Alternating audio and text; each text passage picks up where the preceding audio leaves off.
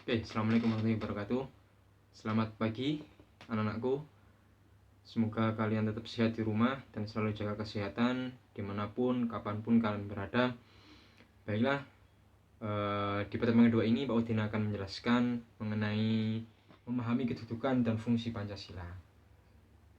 Pertemuan sebelumnya sudah Pak Udin jelaskan ya tentang kedudukan dan fungsi Pancasila, tapi hanya sekilas ya. Tapi kesempatan kali ini Pak Udin akan jelaskan lebih mendetailnya ya, apa itu kedudukan dan apa itu fungsi Pancasila. Di Indonesia sendiri, anak-anakku, bahwasanya fungsi dari Pancasila itu berbeda dengan kedudukan Pancasila ya. Mungkin pada intinya itu sebenarnya sama saja ya, tetapi di sini akan kita bedakan sedikit demi sedikit ya, nanti kalian akan paham ya. Ketika kita berbicara mengenai kedudukan Pancasila ya, kedudukan Pancasila di Indonesia ini adalah sebagai dasar negara. Coba kita flashback ke kelas 7 ya aku ya. Apakah kalian masih ingat kira-kira perumusan dan penetapan Pancasila sebagai dasar negara? Oke, kalau masih ingat ya, pasti kalian juga pasti ingat istilah Pancasila itu berasal dari bahasa apa coba? Ya benar, bahasa Sanskerta.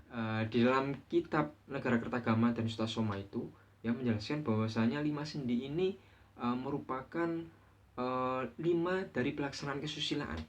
Ya, kesusilaan itu apa saja? Ya, yang pertama yaitu dilarang melakukan kekerasan. Yang kedua, dilarang melakukan kebohongan. Dan yang ketiga, itu kita dilarang untuk mencuri.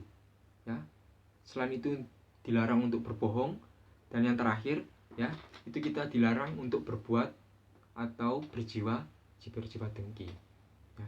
Itu adalah 5 pelaksanaan kesusilaan ya, yang dimana kita tidak boleh melakukan hal itu. Yang pertama yang ingin Pak Udin sampaikan pada materi pagi hari ini yaitu dengan arti kedudukan dan fungsi Pancasila. Oke, kedudukan Pancasila. Kedudukan Pancasila ini sebagai dasar negara ya. Dasarnya negara berarti landasan pondasinya negara Indonesia. Kita bicara tentang pondasi ya, bahwasanya Pancasila ini merupakan 5 sendi kehidupan yang tadi dijelaskan di bukunya Negara Kertagama dan Sutasoma ya. Artinya jika kita melanggar pelaksanaan itu ya, itu artinya kita juga melaksanakan pelanggaran yang namanya pelanggaran nilai-nilai Pancasila itu sendiri.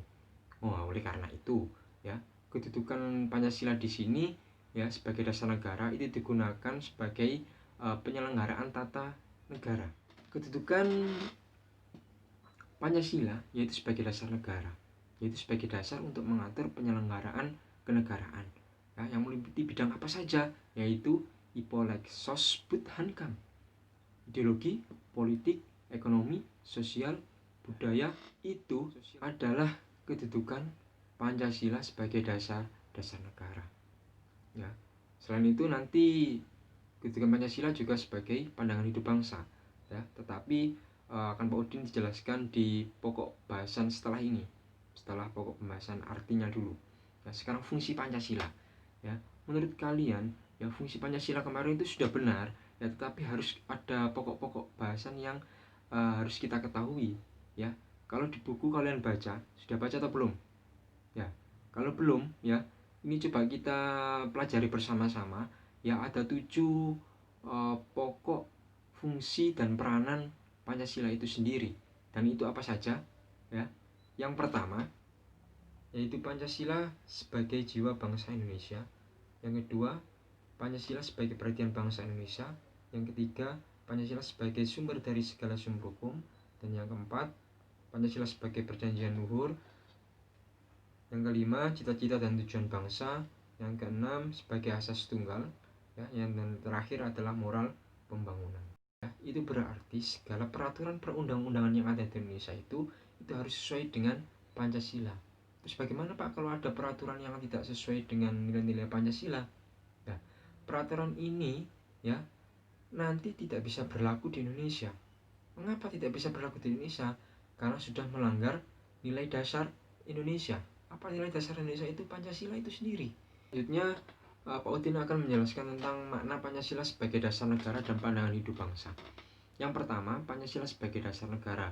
Ya, sudah Pak Udin ulas tadi ya mengenai dasar untuk mengatur penyelenggaraan negara yang meliputi bidang Ipolek Sosbud Hankam. Oke ya.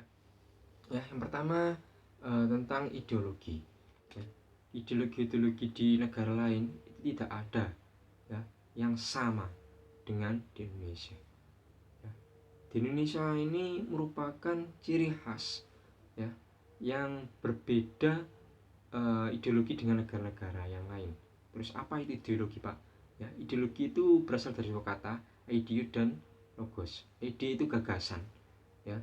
Logos itu ilmu, ya.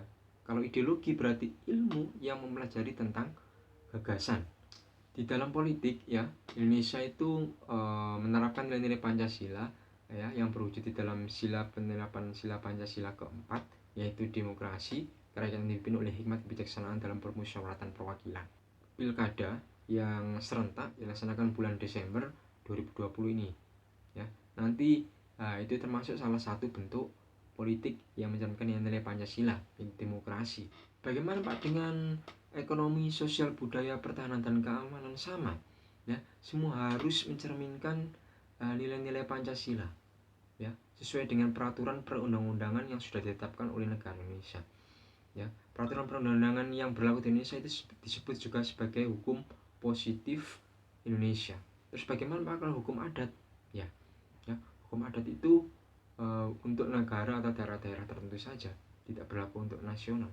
Sehingga dapat disimpulkan ya bahwasanya Pancasila sebagai dasar negara itu sebagai stat fundamental norm ya, atau yang disebut dengan kaidah dasar negara Indonesia, yaitu disebut dengan stat fundamental norm. Yang kedua yaitu Pancasila sebagai pandangan hidup. Apa sih maksud dari Pancasila sebagai pandangan hidup? Pancasila sebagai pandangan hidup itu seringkali kita mendengar istilah ya way of life ya, itu berarti sebagai pegangan hidup, pedoman hidup ya, petunjuk hidup ya, itu yang disebut dengan Pancasila sebagai pandangan hidup. Itulah materi yang bisa Pak Udin sampaikan pagi hari ini ya, atau siang hari ini. Kesimpulannya ya, Pancasila sebagai dasar negara dan pandangan hidup bangsa itu sangat penting bagi bangsa Indonesia. Untuk apa? Untuk mewujudkan ya persatuan ya, untuk mewujudkan kedaulatan ya, untuk mewujudkan keadilan, dan untuk melaksanakan keadilan sosial bagi seluruh rakyat Indonesia ya.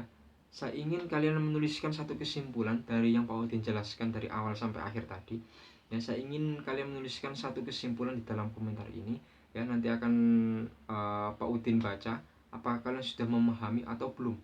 Tulis satu kesimpulan saja di komentar ya, di komentar di bawah ini ya, apa yang bisa kalian dapatkan dari penjelasan yang Pak Udin berikan ini melalui video. Tidak boleh lihat buku ya, tidak boleh lihat buku. Dari kesimpulan dari video ini ya, harus kalian benar-benar dapatkan dari pembelajaran video ini satu kesimpulan. Jika nanti dari kalian sudah mewakili yang Pak Udin jelaskan di dalam video ini, itu berarti kalian sudah memahami ya tentang Pancasila sebagai dasar negara dan pandangan hidup bangsa ya, beserta fungsi Pancasila dalam kehidupan sehari-hari. Oke, cukup sekian dari Pak Udin hari ini. Saya akhiri. Assalamualaikum warahmatullahi wabarakatuh. Salam Pancasila.